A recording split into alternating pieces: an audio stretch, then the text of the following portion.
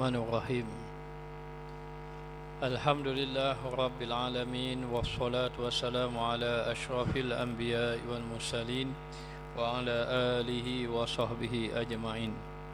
Allahumma lakal hamdu syukra wa lakal mannu fadla wa nastaghfiruka ya hayyu ya qayyum. Salli wa sallim adada ilmika ala abdika wa rasulika wa habibika sayyidil ma'sum Sayyidina Muhammad wa ala alihi wa sahbihi wa ahli mahabbatihi wa aslih syu'una ummatihi wa farij anna humuma wal ghumuma ya hayyu ya qayyum.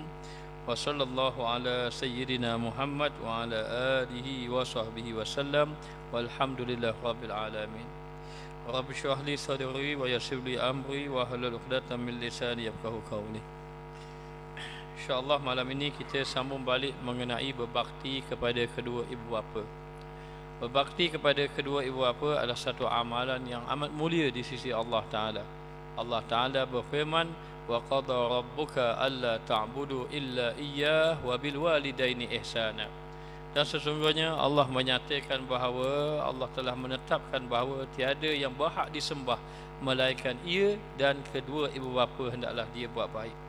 Dalam satu hadis yang lain, Nabi SAW ditanya oleh sahabat, apakah amalan yang afdal? Lalu Rasulullah menjawab, sembahyang pada waktunya. Kemudian sahabat bertanya lagi, kemudian apa dia ya Rasulullah? Lalu Rasulullah mengatakan, berbuat baik kepada kedua ibu bapa. Lalu ditanya lagi, kemudian apa dia ya Rasulullah? Berjihad fi sabilillah. Maka berdasarkan hadis ini, ulama mengatakan bahawa berbuat baik kepada kedua ibu bapa itu lebih afdal daripada berjihad. Dan sehingga dikatakan bahawa ada sahabat datang, dia ingin berjihad bersama dengan Nabi SAW. Lalu Rasulullah bertanya, apakah orang tua kamu masih hidup? Ya, masih hidup. Adakah engkau harapkan pahala daripada Allah? Ya, saya harap pahala daripada Allah. Kalau begitu, kamu baliklah. Dia minta berjihad. Maknanya, tapi Rasulullah kata balik, berbaktilah kepada kedua ibu bapa. Maka sesungguhnya berbakti kepada kedua ibu bapa adalah satu amalan yang besar. Ibnu Majah dan Ibnu Hibban di dalam sahihnya menyatakan, dan demikian juga Al-Imam Hakim meriwayatkan di dalam hadis sahihnya, seseorang mencegah datangnya rezeki dengan dosa yang dilakukan. Dosa seseorang ini menyebab tercegahnya rezeki. Kalau rezeki seorang itu sempit, payah sangat rezeki, maka dia kena renung apakah dosa yang menyebabkan rezeki terhalang. Maka dikatakan bahawa seseorang mencegah datangnya rezeki dengan dosa yang dilakukan. Maka tidak ada yang dapat menolak takdir kecuali doa. La yuradul qada illa bid doa. Tidaklah maknanya yuradul qada illa bid doa, tidaklah berubah ketetapan kecuali dengan doa. Maka doa di antaranya, dan juga tidak ada yang memanjangkan usia dia melainkan kebaikan-kebaikan yang dilakukan. Maka dikatakan bahawa di antaranya disuruh kita ini sentiasa muhasabah. Antara yang menghalang rezeki adalah dosa-dosa, dan dikatakan bahawa kebaikan yang dilakukan ini menyebabkan seseorang itu dipanjangkan umurnya. Di dalam hadis Hasan Gharib yang diriwayatkan oleh Al-Imam Tirmizi, dikatakan tidak ada yang dapat menolak bala, menolak qada Allah Ta'ala kecuali doa. La yuradul qada illa bidoa. Dan tidak ada yang dapat memanjangkan umur kecuali kebajikan. Hadis yang lebih kurang sama dengan sebelum pada ini. Al-Hakim meriwayatkan hadis daripada Nabi SAW. Rasulullah bersabda, jagalah kesucian isteri orang lain, nasai terjaga kesucian isterimu. Jaga kesucian isteri orang lain. Jangan kita banyak bercakap ataupun memandang pada isteri orang lain, ataupun bergua-gua senda. Dan seumpamanya, nascaya Allah akan memelihara akan isterimu. Maka berbuat baiklah kepada orang tua kamu. Berbuat baiklah kepada orang tua kamu, yakni ibu bapa kita, nascaya kamu akan dapati anak-anak kamu berbuat baik pada kamu. Maknanya bila kita buat baik, Maknanya kepada anak-anak, biru auladakum, maka buat baik kepada anak-anak kamu, ibu bapa kamu. Biru abaakum, buat baik kepada bapa-bapa kamu, nescaya anak-anak kamu akan berbuat baik kepada kamu. Dan barang siapa didatangi saudaranya yang memberikan sesuatu, datang satu orang beri kepada kamu sesuatu, yakni hadiah, terimalah dengan baik. Hadiah ini Nabi kata jangan tolak kalau orang bagi hadiah pada kita. Terimalah dengan baik. Sama ada ia itu bagus maupun tidak bagus. Sama ada benda itu kamu suka ataupun tidak suka. Tapi kalau orang itu beri hadiah kepada kamu, Rasulullah kata terimalah dengan baik. Ini adab Rasulullah ajar kita. Sebab tu Rasulullah mengajar kita hadiah jangan ditolak, tetapi jangan meminta-minta. Jangan suka minta-minta. Hanya kalau orang bagi hadiah jangan ditolak. Kerana kalau kita tolak hadiah tadi, sebenarnya dia akan menyakiti hati orang yang nak beri tadi. Kalau kita kata saya tak nak terima, saya kesian ke dia, saya tidak mau terima, takut dia pun nak guna, tak apa, dia nak bagi tu maknanya pada kita itu lebih menggembirakan kita, menggembirakan dia. Maka Nabi mengajar kepada kita, kalau orang bagi terimalah, sama ada bagus ke tidak bagus. Jika tidak melakukannya, ia tidak akan sampai kepada telaga haud. Kerana sesungguhnya diriwayatkan nanti ada sekumpulan yang dihalau ketika nak minum air telaga Kausar di akhirat kelak. Maka ketika mana dihalau, Nabi kata itu umat aku, umat aku. Maka malaikat mengatakan, ya Muhammad, kamu tak tahu apa yang dia lakukan selepas daripada kewafatan kamu. Maknanya apa? Maknanya mereka adalah orang yang tidak mengikut sunnah Nabi Muhammad sallallahu alaihi wasallam, tidak melakukan kebaikan. Maka dikatakan bahawa untuk kita nak dapat kebaikan pada anak-anak kita, berbuat baiklah kepada kedua ibu bapa. Sehingga dikatakan doa yang paling afdal, la yuradul qada illa bidu'a, tidak tertolak qada ini kecuali dengan doa. Maka dikatakan bahawa doa yang afdal bagi seorang anak ni adalah doa daripada ibu bapa dia. Bahkan ada para habib, para ulama ada menyatakan doa ibu itu lebih besar daripada doa orang soleh. Kita jumpa orang soleh, kita minta doa. Sebab tu Habib Salim Syadiri, satu orang ulama di Yaman sana, dikenal dengan Sultan Ulama. Beliau ketika mana orang minta doa ke dia, dia akan bertanya, kamu ada ibu bapa kamu? Ada. Sudahkah kamu meminta doa kepada kedua ibu bapa kamu? Minta doa kepada kedua ibu bapa kamu dahulu, barulah kepada aku. Begitu maknanya. Kerana apa? Kerana kedudukan ibu bapa ini besar di sisi Allah Ta'ala. Lalulah dikatakan, dia sahabat ada bertanya, ya Rasulullah, perlu ke saya buat baik pada ayah saya, ibu bapa saya, walau sedangkan ibu bapa saya ini ada menzalimi saya? Ya, kena buat baik walaupun dia menzalimi kamu.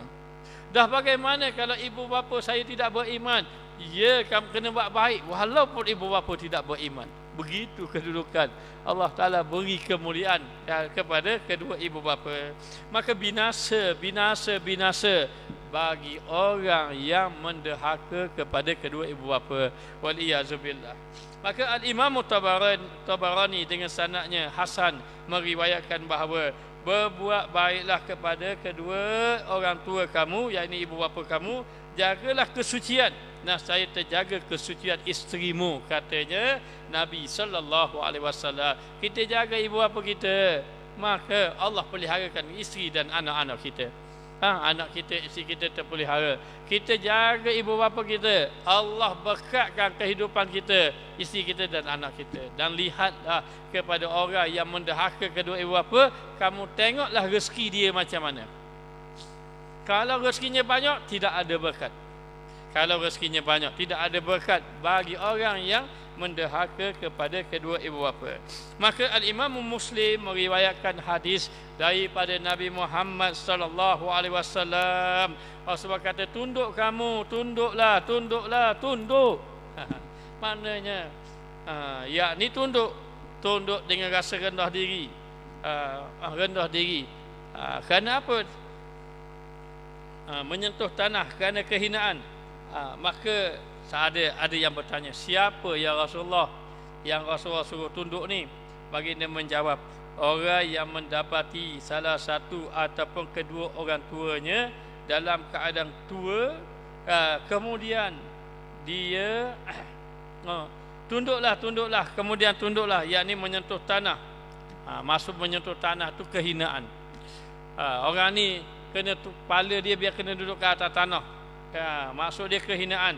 Maka Nabi tanya, siapa? Dia ada orang tua, tapi dia tak usaha orang tua dia mengajak ke syurga Allah. Yakni tidak mengajak orang tuanya beribadah kepada Allah Subhanahu Wa Taala. Maka dikatakan bahawa kita sebagai anak, kita kena berbakti kepada kedua orang tua. Tapi bagaimana kalau orang tua kita ini tidak sembahyang, contoh saja, tidak sembahyang ataupun tidak mengerjakan ibadat-ibadat yang wajib? Wajib kita menegurnya dengan cara hikmah, ataupun kalau tak boleh nak tegur, wajib kita mendoakan dia agar dia menjadi orang yang soleh di sisi Allah Subhanahu Wa Taala. Maka dikatakan lagi, At-Tabarani, Al-Imam Tabarani dalam hadis, daripada hadis sanad yang hasan, meriwayatkan bahawa satu ketika, ini masyhur hadisnya, satu ketika Nabi SAW naik di atas mimbar. Ketika Nabi naik atas mimbar, Nabi kata amin, amin, amin. Bila amin tadi, sahabat kata, ya Rasulullah, saya tengok kamu telah melakukan satu perkara, satu amalan yang kami tidak pernah tengok sebelum pada ni. Rasulullah naik atas mimbar, tiba-tiba kata amin, amin, amin 3 kali. Lalu sahabat merasa hairan. Kemudian baginda pun ditanya oleh sahabat, geranan apa yang menyebabkan Rasul kata amin, amin, amin tadi? Tak pernah pun kami dengar begitu selama ni. Lalu Nabi SAW mengatakan, Jibril datang kepada aku. Yakni malaikat Jibril AS datang kepadanya. Ia berkata, ya Muhammad, barang siapa yang mendapati orang tuanya, dia ada orang tua tetapi dia tidak buat baik kepada kedua orang tua tadi, jika dia mati, dia akan masuk dalam neraka. Moga-moga Allah menjauhkan kamu daripadanya. Rasulullah kata amin. Rasulullah kata amin. Jadi dikatakan bahawa sesiapa yang ada orang tua, kemudian dia tidak buat baik dengan orang tua tadi, melakukan kebaikan kepada orang tua, dia mati masuk neraka. Bagaimana kalau dia banyak amal soleh? Bagaimana dia banyak ibadat? Kita sudah cerita minggu lepas bagaimana satu orang sahabat yang soleh, tetapi oleh kerana dia menyakiti hati ibunya, dia tidak mampu ucap kalimah syahadah. Tidak mampu ucap kalimah syahadah. Jaga-jaga, jangan sampai anak ini menyatakan perkataan yang kesat kepada ibu. Sekali satu titis air mata keluar disebabkan perkataan anak ataupun perbuatan anak, maka datang kemukaan Allah Ta'ala, Allah Subhanahu Wa Ta'ala. Ada mengatakan boleh membawa bergoncang arsy Allah Ta'ala, marah kepada orang yang menyebabkan ibu bapanya menangis kerananya. Jadi jaga-jaga, bagi orang yang ada ibu bapa, berkhidmatlah kepada kedua ibu bapanya. Dan kita bila ada ibu bapa, kita kena berdoa kepadanya setiap hari, dan juga kita kena cari redha dia. Tanpa redha ibu bapa, Allah tidak redha. Ridha Allah ala redha walidaini.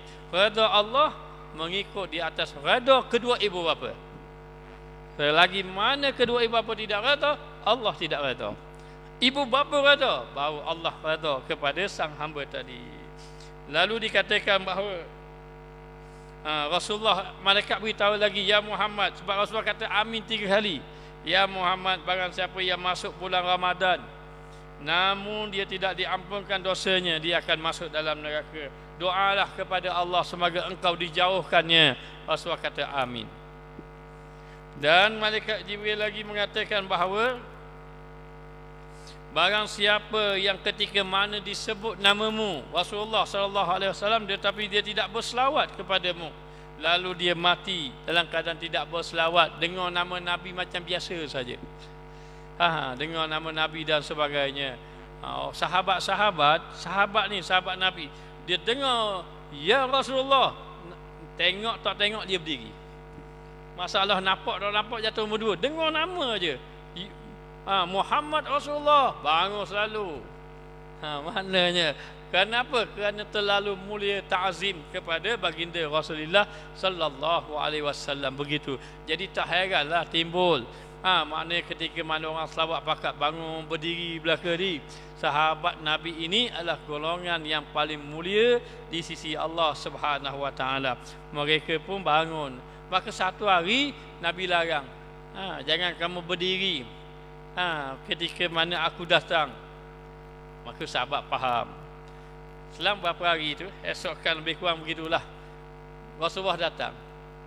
Semua duduk belaka, biasa berdiri, seorang je berdiri. Bila seorang berdiri, kemarin hari itu Nabi larang, jangan kamu berdiri ketika aku datang. Mana semua sahabat faham.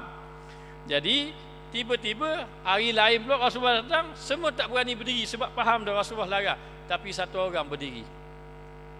Bila berdiri, sahabat rasa heran. Mereka tanya, tidakkah Rasulullah larang berdiri?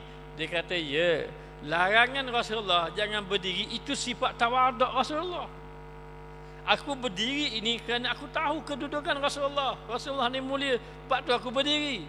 Maka Rasulullah tersenyum gembira, membenarkan perbuatan yang dilakukan oleh sahabat tadi. Baik. Lalu Rasulullah kata amin.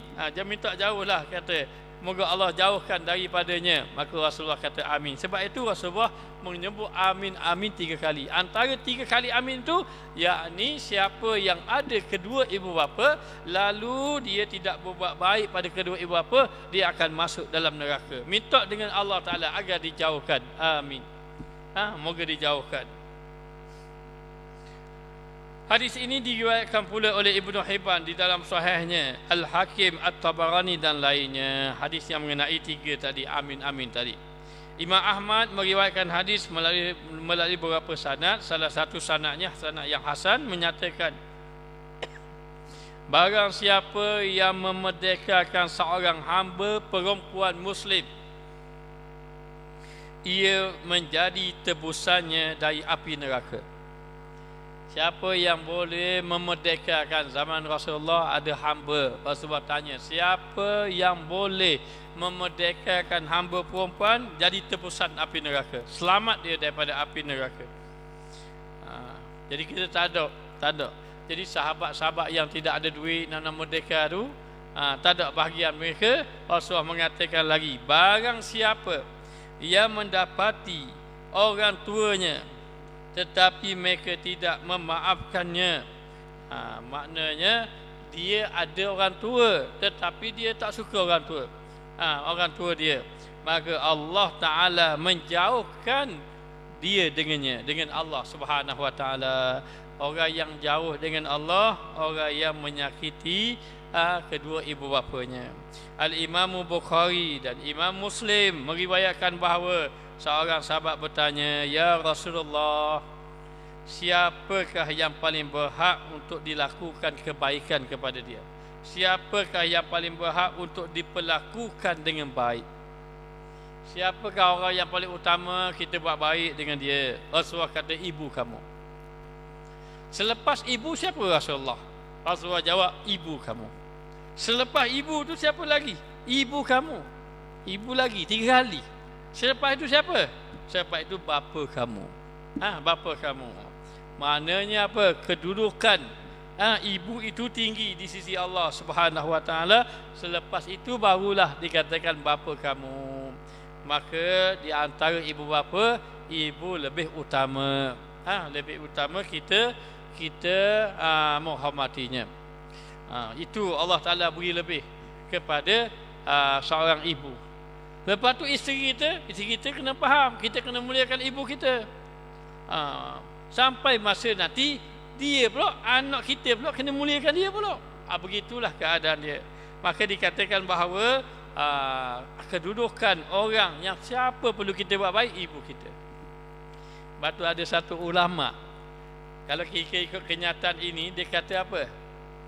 Kalaulah mengumpat itu dibenarkan, ni satu orang ulama dia kata, saya lupa nama dia. Kalaulah mengumpat itu dibenarkan, saya akan mengumpat ibu saya. Bukan dibenarkan. Kalaulah saya nak mengumpat, nak mengatakan seseorang, daripada saya kata orang lain, baik saya kata ke ibu saya. Orang kata, mana gitu pelik ngak. Kalau saya nak mengumpat, kenapa? Daripada bila saya mengumpat, pahala saya akan saya beri kepada orang yang saya umpat. Sebenarnya siapa yang mengumpat orang lain, pahala dia hilang, pahala dia beri kepada orang yang dia umpat. Daripada aku beri ke orang lain, baik aku beri kepada ibu aku, kerana ibu aku yang paling utama aku beri pahala ke dia. Katanya begitu, nak mengatakan bahawa orang yang paling utama kita utamakan adalah ibu. Maka dikatakan bahawa Nabi SAW selalu menekankan mengenai hadis yang berkaitan dengan ibu. Antaranya dia mengatakan hadis riwayat daripada Bukhari, daripada Muslim, daripada Asma binti Abu Bakar radhiyallahu anhuma, katanya, saya datang kepada ibu saya, kata Asma, yang ini isteri pada Sayyidina Abu Bakar. Saya datang kepada ibu saya sementara ia masih musyrik pada zaman Nabi Muhammad sallallahu alaihi wasallam. Lantas saya meminta fatwa kepada Rasulullah sallallahu alaihi wasallam. Saya bertanya, saya datang kepada ibu saya dan dia sangat membenci Islam. Bolehkah saya mensolatkannya? Baginda menjawab, ya, engkau boleh mensolatkannya. Sekejap. Saya datang kepada ibu saya sementara ia masih musyrik pada zaman Nabi Muhammad sallallahu alaihi wasallam. Lantas saya meminta fatwa kepada Rasulullah sallallahu alaihi wasallam. Saya bertanya, saya datang kepada ibu saya dan dia sangat membenci Islam. Bolehkah saya mensolatkannya? Baginda menjawab, ya, engkau boleh mensolatkannya. Tentang kedurhakaan kepada orang tua, Ibnu Hibban meriwayatkan hadis Nabi Muhammad, keredaan Allah ada pada keredaan orang tua dan kemurkaannya ada pada kemurkaan mereka. Apa yang kita faham selama ni, tidak boleh solat kepada orang kafir. Orang kafir. Tapi solat ini diterjemah solat. Jadi dari segi teks bahasa Arabnya, sebenarnya solat di situ bukan makna sembahyang. Maknanya doa. Doa. Sekadar nak doa lah maknanya. Tapi masalah terima tu serah pada Allah Ta'ala. Apa yang kita faham, ini peringkat awalnya. Apa yang kita faham, doa kepada orang kafir itu tidak boleh. Apa yang kita faham begitu. Ini wallahu a'lam, mungkin Rasulullah mahu menunjukkan bahawa walau musyrik macam mana, selagi mana kamu boleh buat baiklah kepada kedua ibu bapa. Tentang kedurhakaan orang tua ini, ada satu hadis mengatakan keredaan Allah ada pada keredaan orang tua, kemurkaan Allah duduk kepada kemurkaan orang tua. Maknanya kalau ibu bapa marah, itu tanda Allah Ta'ala marah. Sebab tu anak-anak jangan lawan ibu bapa. Jangan lawan ibu bapa. Ibu bapa ni nak ibu, macam mana sekalipun dia marah, sifat kasih sayang dia ada pada anak dia. Ini terbukti masa zaman Nabi Allah Sulaiman. Zaman Nabi Allah Sulaiman, ada dua orang ibu bergaduh satu anak. Macam mana boleh bergaduh dengan satu anak? Kata ibu yang pertama, ini anak saya. Kata ibu yang kedua, ini anak saya. Gaduh. Tak tahu anak siapa, ibu dia siapa. Zaman dulu tidak ada macam zaman sekarang, boleh cek darah dan seumpamanya. Jadi dalam keadaan macam itu, mengadu pada Nabi Allah Sulaiman. Bawalah kedua-dua tadi ibu depan Nabi Allah Sulaiman. Nabi Allah Sulaiman tanya, ni anak siapa? Anak saya. Ni tanya, anak siapa? Anak saya. Sebelum pada ni, orang pening nak selesaikan masalah ni. Masing-masing mengaku ni anak dia, pening tak tahu nak buat mana. Jumpa Nabi Allah Sulaiman, Nabi Allah Sulaiman senang je jawab. Oleh kerana kedua-dua mengaku anak dia, maka jalan mudah ambil anak belah dua. Jalan mudah ambil anak belah dua. Separuh ambil kamu, sebelah ambil kamu, sebelah lagi ambil kamu. Bila mendengar begitu, salah seorang daripada ibu tadi, dia berkata kepada Nabi Allah Sulaiman, dia kata apa? Daripada membelah dia, matilah anak dia, baik beri ke dia lah. Mana baik beri ke dia lah. Maka bila dengar kenyataan macam itu, lalu Nabi Allah Sulaiman tanya, dah mu macam mana? Saya nak belah pun tak apa. Maknanya belah pun tak apa. Gambarannya gitulah. Maka Nabi Allah Sulaiman tahu ibu yang sebenar adalah ibu yang tak sanggup anak dia dibelah tadi. Kenapa? Sifat kasih sayang ibu, walau macam mana pun dia tak akan. Sebab tu bagi dia, daripada biar dia tak dapat asal anak dia hidup saja, maka Nabi Allah Sulaiman putuskan anak dia ini ibunya kepada wanita ini. Kerana apa? Sifat kasih sayang seorang ibu. Dalam hadis yang lain, Nabi cerita, dia kata sifat kasih sayang Allah, tapi menggambarkan bagaimana kasih sayang ibu. Dia kata satu orang ibu, dia sangat sayang pada anak dia, tiba-tiba datang satu peperangan yang berkecamuk, akhirnya anak dia terlepas daripada dia. Bila terlepas pada dia, lari ketakutan, dengar anak menangis, dia akan pergi balik ambil anak dia sampai dia lupa nyawa dia macam mana. Itulah sifat kasih sayang seorang ibu. Allah lebih lagi sifat kasih sayang kepada hamba-Nya, mengatasi kasih sayang ibu kepada anak dia. Baik, lalu dikatakan bahawa Al-Imam Tirmizi, Ibnu Hibban dalam sahihnya, Al-Hakim meriwayatkan bahawa seorang lelaki datang kepada Nabi Muhammad sallallahu alaihi wasallam, lalu dia berkata, saya telah berbuat dosa yang sangat besar, bolehkah saya bertaubat? Katanya, dia tanya, jumpa seorang lelaki jumpa Rasulullah, ya Rasulullah, saya telah buat dosa yang sangat besar, bolehkah saya bertaubat? Lalu Rasulullah bertanya, masihkah kamu mempunyai ibu? Kamu ada ibu kah? Kamu ada ibu lagi tak? Maka jawabnya tidak. Apakah engkau mempunyai makcik, yang ini mak saudara kamu? Dia kata, ya. Kalau begitu, buat baik kepada adik-beradik makmu, mak saudara kamu. Kalau begitu, kamu buat baik kepada maknanya kedua makcik kamu, yakni mak saudara kamu. Begitu kedudukan. Sampai Rasulullah suruh, kalau tidak ada ibu, ambil mak saudara, ganti pada ibu pun kena buat baik.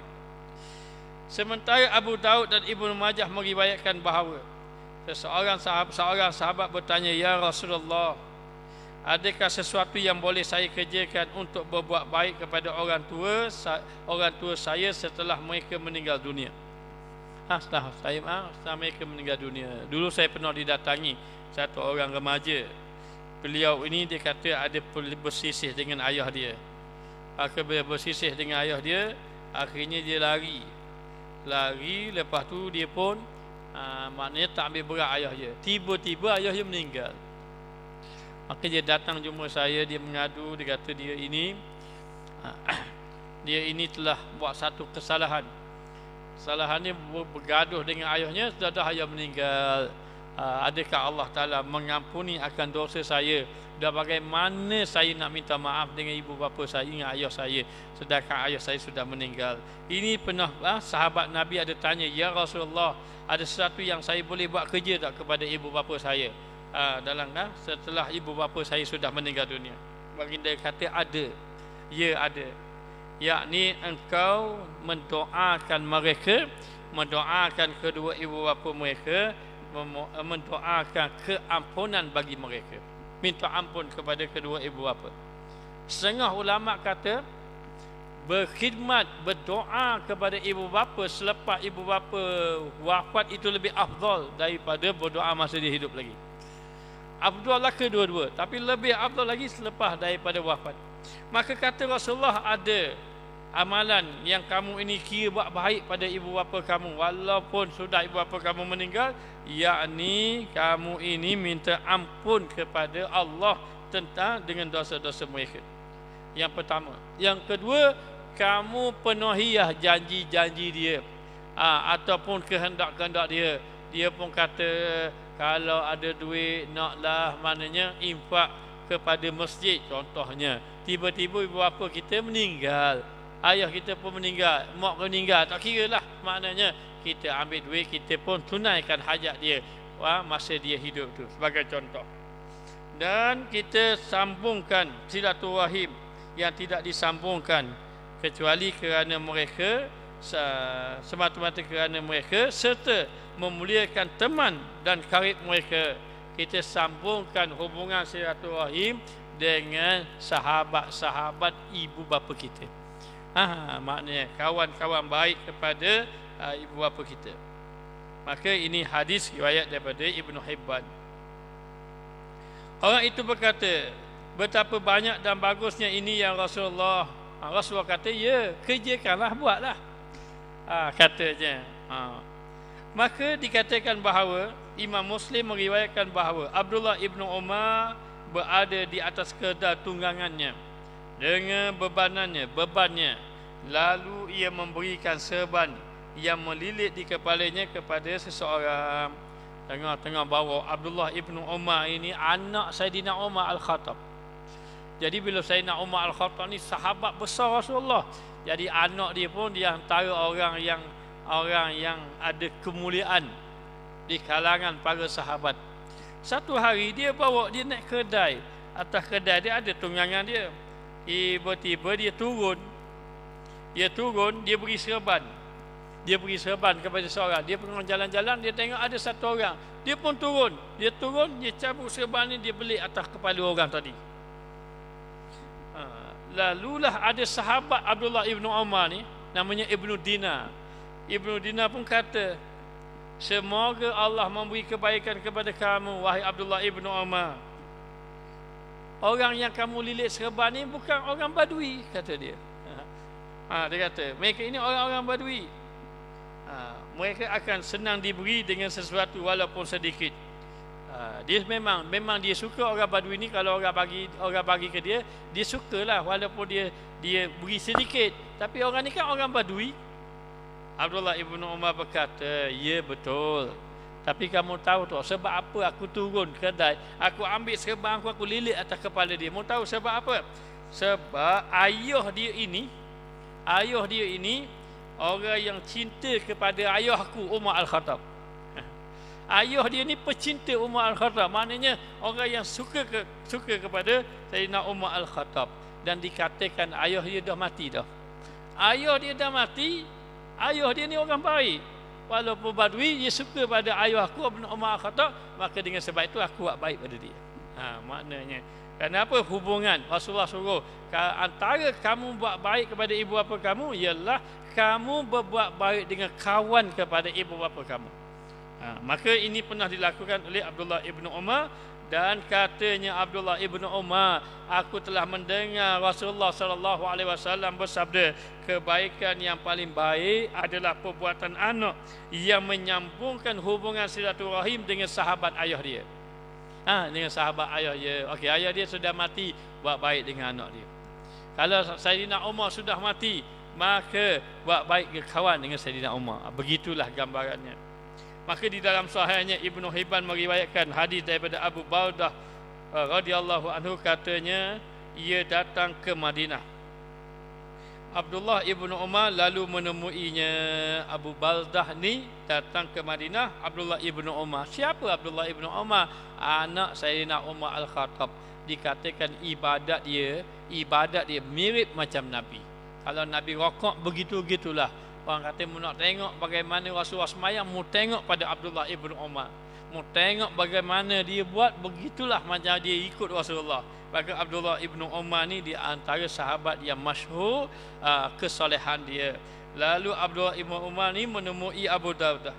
Ibnu Umar pun bertanya, Abdullah ibnu Umar pun bertanya, tahukah anda tahukah kamu kenapa saya datang jumpa kamu? Kata Abu Baudah ni, saya tak tahu. Maknanya maknanya jumpa Abu Baudah ni. Abdullah ibnu Umar pun tanya, mu tahu tak sebab apa aku pergi jumpamu? Gitu. Dia tu tak tahu. Sebab saya pernah mendengar Rasulullah sallallahu alaihi wasallam bersabda, barang siapa yang ingin menemui orang tuanya di dalam kubur, maka temuilah kawan-kawan mereka. Maknanya apa? Maknanya kalau nak ibu bapa kita duduk dalam kubur rasa gembira ibu bapa kita jumpalah kawan-kawan ibu bapa kita. Yang masih hidup lagi. Di antara bapa saya, Umar, dan bapa anda terjalin persahabatan dan kasih sayang. Oleh kerana itu saya ingin menyambungkan hal ini. Ayah kamu dengan ayah saya baik sangat dulu. Sekarang ni saya nak sambung mana hubungan tadi dengan saya buat baik kamu. Sebagaimana ayah saya baik dengan kamu, saya pun nak buat baik pada kamu. Maka berbuat baik kepada kawan pada ayah itu antara kita berbakti kepada ayah kita, ibu bapa kita, ataupun berbuat baik bukan pada kawan, anak kepada kawan ayah kita pun dikira berbuat baik kepada ayah kita. Lebih-lebih lagi ketika mana ayah sudah meninggal ataupun ibu sudah meninggal. Di dalam Sahihaini, Imam Bukhari dan Muslim dan lainnya meriwayatkan hadis melalui pelbagai riwayat bahawa 3 kelompok orang sebelum pada kita keluar berjalan bersama dan kembali kepada keluarga mereka. Lalu turunlah hujan sehingga mereka berlindung di dalam sebuah gua di kaki gunung. Ini ada satu kisah. Kisah ini masyhur. Namun tiba-tiba sebuah batu besar jatuh daripada atas gunung dan menutupi mulut gua. Ada 3 orang. 3 orang ni dia ni kawan. Pergi mana-mana berjalan. Pergi ke mana berjalan 3 orang. Dia pergi satu tempat, dia pergi mana berjalan 3 orang sama. Satu hari dia berjalan-jalan, tiba-tiba dalam perjalanan hujan lebat. Bila hujan lebat dia lari-lari mencari tempat perlindungan, dia nampak gua. Dia pun masuk dalam gua.